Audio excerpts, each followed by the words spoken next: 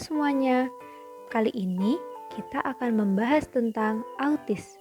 Autis disebut juga Autistic Spectrum Disorder atau salah satu bentuk gangguan perkembangan yang sering terjadi pada masa anak-anak. Gangguan perkembangan ini membuat seseorang tidak dapat berinteraksi sosial dengan baik, sehingga seolah-olah anak tersebut sibuk dengan dunianya sendiri.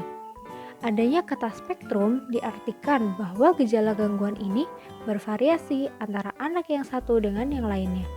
Ada yang mengalami, ada juga yang tidak. Terdapat juga pendapat bahwa autis adalah suatu gangguan neurobiologis yang mempengaruhi fungsi otak. Akibatnya, anak tak mampu berinteraksi dengan dunia luar secara efektif. Dalam dunia kedokteran atau kesehatan, istilah autis mengandung arti adanya gangguan atau kelainan terhadap perilaku, komunikasi, dan interaksi atau hubungan sosial pada anak pada orang lain di sekitarnya. Jadi, terdapat 3 masalah besar dalam belajar yang dihadapi anak autis, yaitu perilaku, komunikasi, dan interaksi sosial. Autis secara kasat mata sering disamakan dengan Down syndrome, padahal keduanya tidaklah sama. Sebagian besar anak autis memiliki tingkat intelektual rata-rata atau bahkan di atas rata-rata, sedangkan Down syndrome memiliki tingkat intelektual di bawah rata-rata. Kita akan membahas beberapa gejala autis atau sifat yang biasanya ada pada anak autis. Yang pertama, sulit bergabung dengan anak-anak yang lain. Mereka lebih suka menyendiri atau menarik diri dari pergaulan. Yang kedua, sedikit atau tidak ada kontak mata. Biasanya, bila mereka menginginkan sesuatu, mereka akan menarik seseorang untuk mengikuti keinginannya tanpa ada kontak mata. Yang ketiga, sangat tergantung dengan benda yang sudah dikenalnya dengan baik.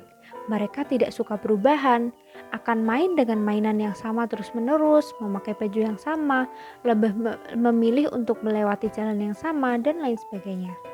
Selanjutnya, mereka juga tidak takut akan bahaya atau tidak merespon terhadap rasa sakit. Nah, kemudian mereka juga memiliki ciri ekolalia, mengulang kata atau suku kata atau membeu. Nah, itu tadi beberapa gejala yang ada pada anak autis. Kriteria lengkapnya dapat dilihat dalam DSM-5 atau langsung berkonsultasi ke psikolog. Nah, faktor penyebabnya secara umum dapat disebabkan beberapa hal berikut. Yang pertama, faktor genetik atau keturunan. Menurut pemaparan ahli, kasus autis lebih banyak ditemukan pada anak laki-laki daripada anak perempuan. Yang kedua, gangguan pada sistem syaraf. Banyak penelitian yang melaporkan bahwa anak autis memiliki kelainan hampir pada seluruh struktur otak, tetapi yang paling konsisten adalah pada otak kecil. Yang ketiga, ketidakseimbangan kimiawi. Beberapa peneliti menemukan sejumlah kecil dari gejala autistik berhubungan dengan makanan atau kekurangan kimiawi di badan. Alergi terhadap makanan tertentu seperti bahan-bahan yang mengandung susu, tepung gandum, gula, daging, bahan pengawet, bahan pewarna, ragi, dan lain sebagainya. Yang keempat, karena kemungkinan lain. Infeksi yang terjadi sebelum dan sesudah kelahiran dapat merusak otak seperti virus rubella yang terjadi selama kehamilan dapat menyebabkan kerusakan otak. Kemungkinan yang lain adalah faktor psikologis, karena kesibukan orang tuanya sehingga tidak memiliki waktu untuk berkomunikasi dengan anak, atau anak tidak pernah diajak bicara sejak kecil. Itu juga dapat menyebabkan anak menderita autisme. Nah, yang terakhir, kita akan membahas mengenai penanganan bagi anak autis.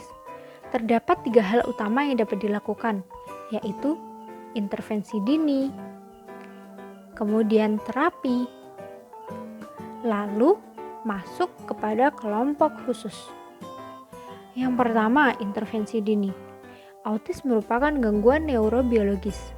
Gangguan neurobiologis tidak bisa diobati, tetapi gejala-gejalanya bisa dihilangkan atau dikurangi, sampai gejalanya tidak kentara lagi, sehingga ia mampu hidup dan berbaur secara normal dalam masyarakat luas.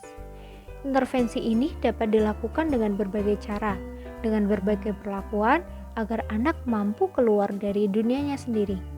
Yang kedua, terapi. Terapi ini dilakukan secara mandiri oleh orang tua di rumah dengan berbagai kegiatan yang dirancang untuk anak autis menggunakan metode-metode tertentu. Kemudian, masuk kelompok khusus.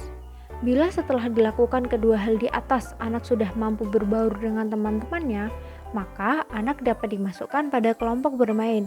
Bila belum, maka dapat dimasukkan kepada kelompok khusus untuk mendapatkan penanganan dari ahli seperti psikolog, psikiatri, ataupun terapis. Anak juga dapat dimasukkan ke sekolah khusus dengan kurikulum yang disesuaikan dengan kemampuan anak. Demikian pembahasan tentang autis. Semoga bermanfaat dan membantu. Terima kasih.